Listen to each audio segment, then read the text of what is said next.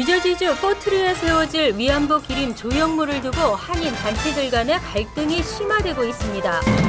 뉴욕 한인 봉사센터가 어제 맨해튼에서 저염식 먹기 건강 캠페인을 가졌습니다. 어제 민간 여객기가 폭발 위협을 받고 비상 착륙하는 상황이 발생했습니다. 뉴욕주 표준시험 합격률이 발표되자 교육계와 학부모, 학생들이 큰 충격에 빠졌습니다. 연방 상원의원에 출마하는 코리 부커 뉴욕시장이 1위의 지지율을 기록하고 있습니다. 이상은 이 시각 주요 뉴스입니다. 여러분 안녕하십니까? KBN 뉴스입니다. 뉴저지주 포트리에 세워질 위안부 기림 조형물을 두고 여러 단체들의 갈등이 심화되고 있는데요. 오늘 뉴저지 한인회관에서는 결국 주먹 다짐까지 하는 추태를 보였습니다. 정말 부끄러운 일이 아닐 수 없는데요. 금홍기 기자가 단독 보도합니다. 오늘 오후 12시 50분경 뉴저지 한인회관에서는 욕설이 섞인 고성이 오고 갑니다. 너희 새끼야, 우리가 30만불 누가 만든 거라서 이 개새끼야 너한테 얘기했어? 몸싸움을 벌이던 월남전 참전자의 뉴저지시의 이형목 씨가 재미 월남 참전 전후에 김한수 씨를 주먹으로 두세 차례 얼굴을 가격한 후 경찰이 도착하기 전까지 싸움은 계속됐습니다. 얼굴을 가격한 이 씨는 포트리 위안부 기림 조형물 형태와 재미 월남 참전 전후의 문제 등에 대해 인터넷상에서 김 씨와 서로 인신공격까지 해가며 논쟁을 벌이는 중이었습니다. 이 씨는 오늘 실제로 만난 김 씨가 자신에게 위협적인 행동을 해 방어하느라 주먹을 올리게 됐다고 주장하고 있습니다.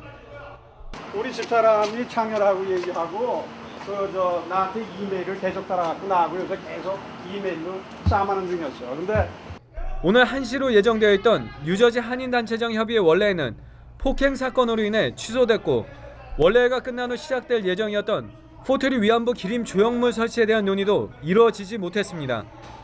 경찰이 출동해 이 씨를 조사한 뒤 현장에서 바로 풀어졌으며 주먹에 맞은 김 씨는 앰뷸런스를 타고 병원으로 후송됐습니다. 포트리에 설치할 위안부 기림 조형물의 형태를 두고 여러 단체들 간의 이견이 진흙탕 싸움으로 이어지고 있습니다. 이들 단체들은 위안부 기림 조형물의 형태를 떠나 일본에 의해 강제로 끌려간 할머니들의 마르지 않는 피눈물을 생각하면 과연 이런 행동을 할 수 있을까 하는 의문이 듭니다. KBN 뉴스 금홍기입니다.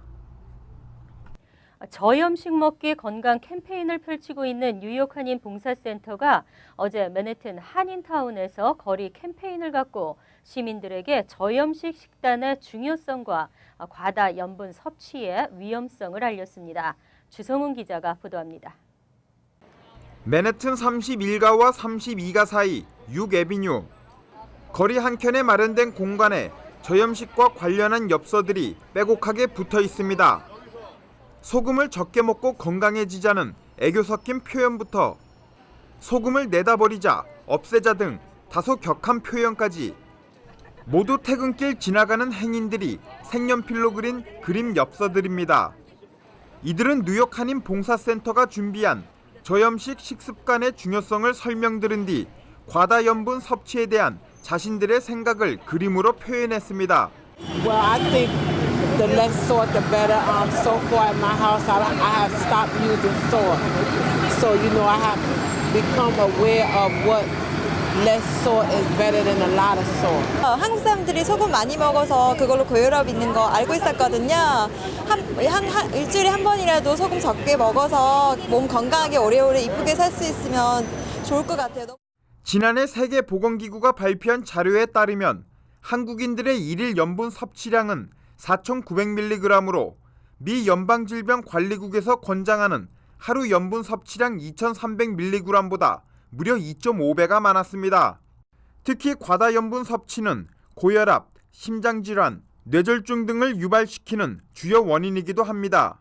한인분들이 많이 소금이 얼마나 만성 질병의 많은 원인을 하고 있는지 잘 알지 못하시기 때문에 저희가 그거를 더 널리 알리는 고혈압과 당뇨나 만성 질환의 원인이 되는 것으로 금연을 하시는 것보다는 저염을 실천하는 것이 만성 질병 발병 레이스를 더 낮추게 되거든요. 일주일에 하루만이라도 저염식 음식을 먹자는 일요일엔 저염식 식단을 캠페인을 벌이고 있는 뉴욕 한인 봉사센터는 일요일엔 한인들이 많이 찾는 교회 등 종교기관을 중심으로 주중엔 한인 식당들을 방문해 저염식 메뉴 개발을 독려하는 캠페인을 펼치고 있습니다. KBN 뉴스 주성훈입니다. 어제 민간 여객기가 폭파 위협을 받고 비상 착륙하는 상황이 발생했습니다. 실제 위험한 상황이 발생하진 않았지만 9.11의 악몽을 떠올린 승객들은 공포에 휩싸였습니다. 국제 테러 조직 알카에다의 공격 우려가 커지고 있는 가운데 아일랜드에서 출발한 미국 여객기가 폭파 위협을 받고 필라델피아 국제공항에 비상 착륙했습니다. 연방수사국에 따르면 어제 오후 2시쯤 신원을 알 수 없는 남성이 필라델피아 공항에 전화를 걸어 위협을 한 것으로 알려졌습니다. 여객기는 아일랜드 세넌에서 출발한 US 에어웨이 777편이었습니다. 공항 측은 만일의 사태에 대비해 여객기를 공항 내 고립된 지역에 착륙시키고 승객들을 비상탈출시켰으며 수사당국은 여객기와 수화물 등을 검사했습니다. 항공기를 빠져나온 승객들은 인근에서 대기 중인 버스에서 기다렸습니다. 수사당국은 다행히 별다른 테러 징후는 발견하지 못했습니다. 그러나 경찰과 공항 관계자는 누가 폭파 위협을 했는지 구체적인 위협 내용이 무엇인지에 대해서는 언급하지 않았습니다. 당시 여객기에는 총 171명의 승객과 9명의 승무원이 탑승하고 있었습니다. 한편 민주공화 양당 정치인들과 국방부는 현재 테러 위협이 심각한 상황이라고 밝히며 현재까지 들어온 첩보는 9.11 테러 직전 상황을 연상시킨다고 강조해 미국이 긴장하고 있습니다. 지난 4월 실시된 뉴욕주 표준시험 합격률에 교육계와 학부모, 학생들이 큰 충격에 빠졌습니다. 어느 정도 예상은 했지만 이러한 참담한 결과에 대해 블룸버그 교육 정책에 대한 비판이 이어지고 있는데요. 하지만 아시안 학생들의 성적은 여전히 높게 나타났습니다. 뉴욕주 교육국이 어제 발표한 2012에서 2013학년도 3에서 8학년 표준시험 결과는 영어 합격률 31.1%, 수학 합격률 31%로 나타났습니다. 2011에서 2012학년도 영어 합격률 55.1%와 비교하면 24%포인트나 하락한 것이고 수학 합격률은 64.8%에서 올해 31%로 크게 하락했습니다. 아시안 학생들은 그나마 타인종보다 성적이 좋아 영어 50.4%와 수학 60.3%로 모두 절반 이상이 합격했습니다. 그러나 이 성적도 지난해와 비교하면 영어는 19.7%포인트, 수학은 25.1%포인트 하락한 것입니다.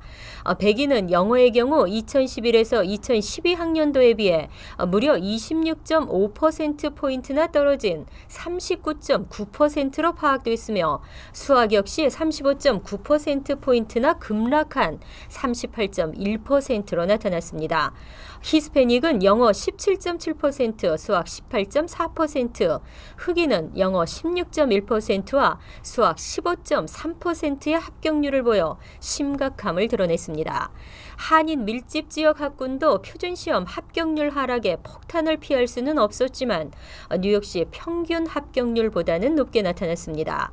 한편 이번 시험은 처음으로 연방정부의 공통 교과 과정을 적용했고 새로운 기준에 맞춰 평가된 것이므로 전년도 성적과 직접 비교하는 것은 무의미하다는 지적입니다.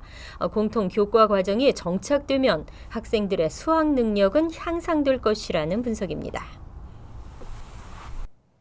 한국 정부가 미국 정부와의 협의를 통해 창업비자 발급을 추진할 계획입니다. 현재 스타트업 3.0 법안이란 이름으로 미 의회에 상정돼 있는데요. 맨주먹으로 시작해야 하는 외국인 스타트업 창업가들에게 희소식이 될 전망입니다. 윤종록 미래창조과학부 제2차관은 오는 11월 워싱턴에서 열릴 한미 차관회의에서 한국인을 위한 창업비자 발급을 미 정부에 건의할 예정이라고 밝혔습니다. 현재 외국인들이 미국에서 창업을 하려면 E2 비자와 EB5 비자를 받아야 합니다. 하지만 E2 비자와 EB5 비자 모두 승인이나 유지가 까다롭고 갱신해야 하며 EB5 비자는 $1,000,000 이상을 투자해야 합니다. 때문에 활성화되기 어렵고 많은 글로벌 벤처 기업들이 발급 조건이 쉬운 호주나 중국, 칠레 등으로 눈길을 돌리고 있습니다. 윤 차관이 언급한 스타트업 3.0 법안은 10만 달러를 모집해 스타트업을 창업한 후 1년 내 직원 2명 이상 고용하고 그 후 3년에 걸쳐 5명 이상 직원을 두는 창업자에게 매년 창업비자 7만 5천 건을 발급하는 내용을 골자로 하고 있습니다. 윤 차관의 발언대로 특별 비자 발급건이 한미 차관회의에서 논의되고 좋은 성과를 낸다면 한국 벤처기업의 미국 진출이 한결 쉬워질 전망입니다. 한편 카우프만 재단은 미국이 7만 5천 개 스타트업 비자를 발급하게 된다면 이들이 앞으로 10년간 미국에서 160만 개의 일자리를 창출하게 될 것이라는 보고서를 발표한 바 있습니다. 코리 부커 뉴욕 시장이 1위의 지지율을 기록하며 연방 상원의원 당선을 유력시하고 있는데요. 아시안 등 다양한 인종이 미국을 강하게 만드는 힘이라는 코리 부커 시장은 한인 사회의 목소리에도 귀를 기울이겠다는 각오를 밝혔습니다. 어제 퀴니피액 대학의 설문조사 결과 코리 부커 뉴욕 시장이 54%의 지지율을 기록했습니다. 지난 6월에 뉴저지 유권자 800여 명을 대상으로 한 조사에서도 부커 시장의 지지율은 53%를 기록한 바 있으며 현재도 당내 다른 경쟁 후보들을 압도하고 있는 것으로 나타났습니다. 반면 프랭크 펠론 연방 하원 의원 17%, 러시 올드 연방 하원 의원 15% 등 다른 민주당 후보들의 지지율은 크게 뒤졌습니다. 부커 시장은 공화당 후보로 유력한 스티브 로니건 전 보고타 시장과의 가상 맞대결에서도 54%의 지지율을 기록, 29%에 그친 로니건 전 시장을 크게 앞서는 것으로 나타났습니다. 한편 지난 6월 사망한 프랭크 로텐버그 전 연방 상원 의원의 후임을 뽑는 본선거가 오는 10월 16일 예정된 가운데 이 선거에서 맞붙을 각 당의 후보가 오는 13일 예비선거를 통해 결정됩니다. 각 타운의 도서관이나 우체국, 차량국 등 투표 참여를 위한 유권자 등록을 돕는 곳은 많습니다. 하지만 일부 한인들은 아직도 어디서 어떻게 도움을 받아야 할지 모르는 분들도 계신데요. 뉴욕시 선거자금 캠페인위원회가 투표에 대한 정보를 제공하는 모바일 앱을 출시해 보다 간편하게 투표할 수 있도록 했습니다. 뉴욕시 선거자금 캠페인위원회는 NYC 보츠라는 앱을 출시해 스마트폰으로 간편하게 선거 일정, 유권자 등록, 후보들에 대한 정보, 선거자금 기부까지도 할 수 있도록 했습니다. 스마트폰에 앱을 설치하려면 nycvotes.org에 접속한 뒤 스마트폰 바탕화면에 설치하면 앱이 자동으로 설치되며 바로 이용할 수 있습니다.